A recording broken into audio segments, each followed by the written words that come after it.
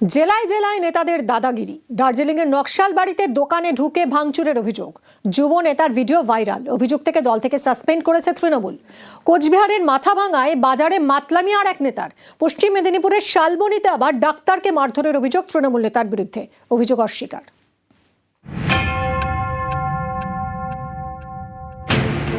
দার্জিলিংয়ের নকশালবাড়ি, এখানকার বাসস্ট্যান্ড সংলগ্ন এলাকায় ব্যবসায়ী তপন পালের দোকান। 6 ফেব্রুয়ারি রাতে এই দোকানে ভাঙচুরের অভিযোগ তৃণমূল যুব নেতার বিরুদ্ধে। ভিডিও ভাইরাল হতেই শোরগোল।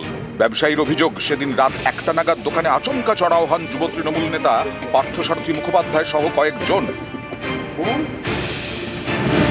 ব্যবসায়ীর অভিযোগ, দোকানে পার্থসারথী সহ কয়েকজন নেশার সামগ্রী খোঁজেন। না পেয়ে প্রথমে হম্বিতম্বি, পরে দোকানে ভাঙচুর করা হয়। না, সেরকম কিছু একটা জানি না। না, এটা কোনো রকম বাঞ্ছনীয় না। আমি 14 বছর ধরে নকশালবাড়িতে আছি বিয়ের পর। আমার হাজবেন্ডের সম্বন্ধে এরকম কোনোদিন কোনো রকম কথা আমি আজ পর্যন্ত শুনিনি, যেটা উনি বলছেন। আর আমার হাজবেন্ড কোনো রকম এই ধরনের কোনো রকম ব্যবসা করে না। হ্যাঁ, একটু তো আতঙ্কেই আছেন। আমার হাজবেন্ডের যাতে ক্ষতি না হয়, এটাই আমি চাই।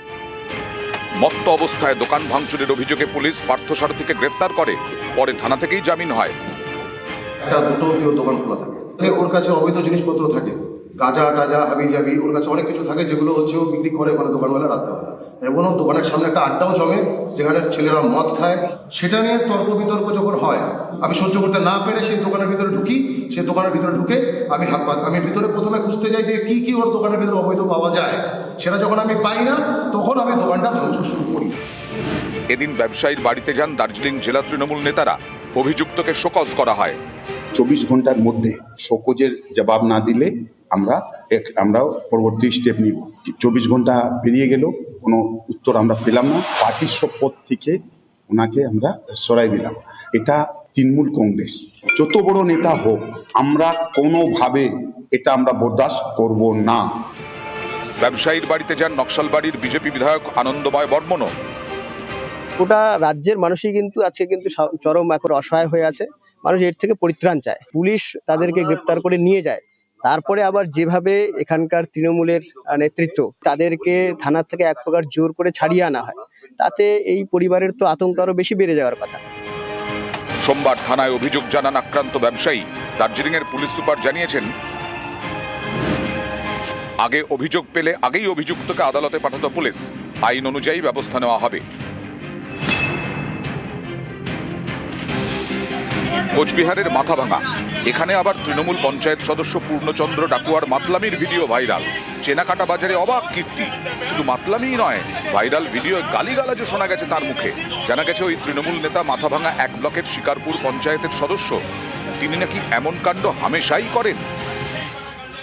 খোঁজ নিয়ে দেখছি, যদি করে থাকে সেটা অত্যন্ত নিন্দনীয়। জনপ্রতিনিধি হয়ে এই আচরণ জনপ্রতিনিধির পক্ষে শোভনীয় নয়। আমরা দলীয় স্তরে তদন্ত করে দেখব, আর যদি দেখি ঘটনা সত্য, তাহলে আমরা জেলা স্তরে আলোচনা করব। এই ধরনের পঞ্চায়েতরা এবং এই ধরনের পার্টির নেতারা মদ্যপান করে ভরা বাজারে, তৃণমূলের কাছে এটা অস্বাভাবিক কিছু না। আর প্রশাসন বলে এখন কিছু নেই। প্রশাসন যদি ঠিকমতো তার কাজ করতো, তাহলে পরে মদ্যপানি বা সবখানে চলতো কী করে?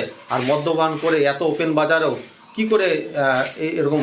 আর মানুষের প্রতিরোধ ক্ষমতাটা কমে গেছে, মানুষ ভয় পায়। পশ্চিম মেদিনীপুরের শালবনী, এখানকার ভাদুতলার বাসিন্দা নিখিল কুমার ঘোষ। পেশায় ডাক্তার, বাড়িতেই চেম্বার। তাঁকে মারধরের অভিযোগ কর্ণগড়ের তৃণমূল অঞ্চল সভাপতির বিরুদ্ধে।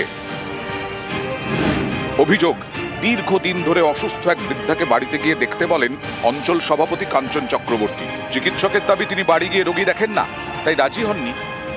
অভিযোগ, এর জেরে তাকে চেম্বারেই মারধর করেন ওই তৃণমূল নেতা।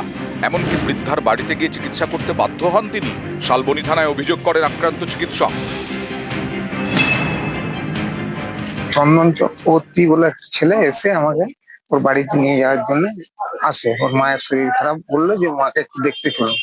আর বিগত কয়েক বছর যাবৎ আমি রুগী দেখতে যাওয়া বন্ধই করে দিয়েছি। কাঞ্চন চক্রবর্তী ওখানে নেতা, মদ খেয়ে এসে খুব গালাগালি করছে আমাকে। বলছে তোর শালা, তোকে আজকে যেতেই হবে, নাহলে মারবো বলেই আমাকে গায়ে হাত তুললো এবং বেশ চড়কা পড়ো কয়েকটা দিল। সম্পূর্ণ মিথ্যা অভিযোগ, সম্পূর্ণ মিথ্যা অভিযোগ। কমপ্লেন তো যে কেউ তো করতেই পারে, করছে দাদা। 4 বার গেছিলেন চেম্বারে, 4 বার গেছিলেন, উনি আসেননি। দিয়ে তারপর আপনি যান? আমি যাই, আমি উনাকে দমগিলি আসি। উনি তো বিজেপি করে না। সামাজিক লজ্জা, মেদিনীপুরের লজ্জা।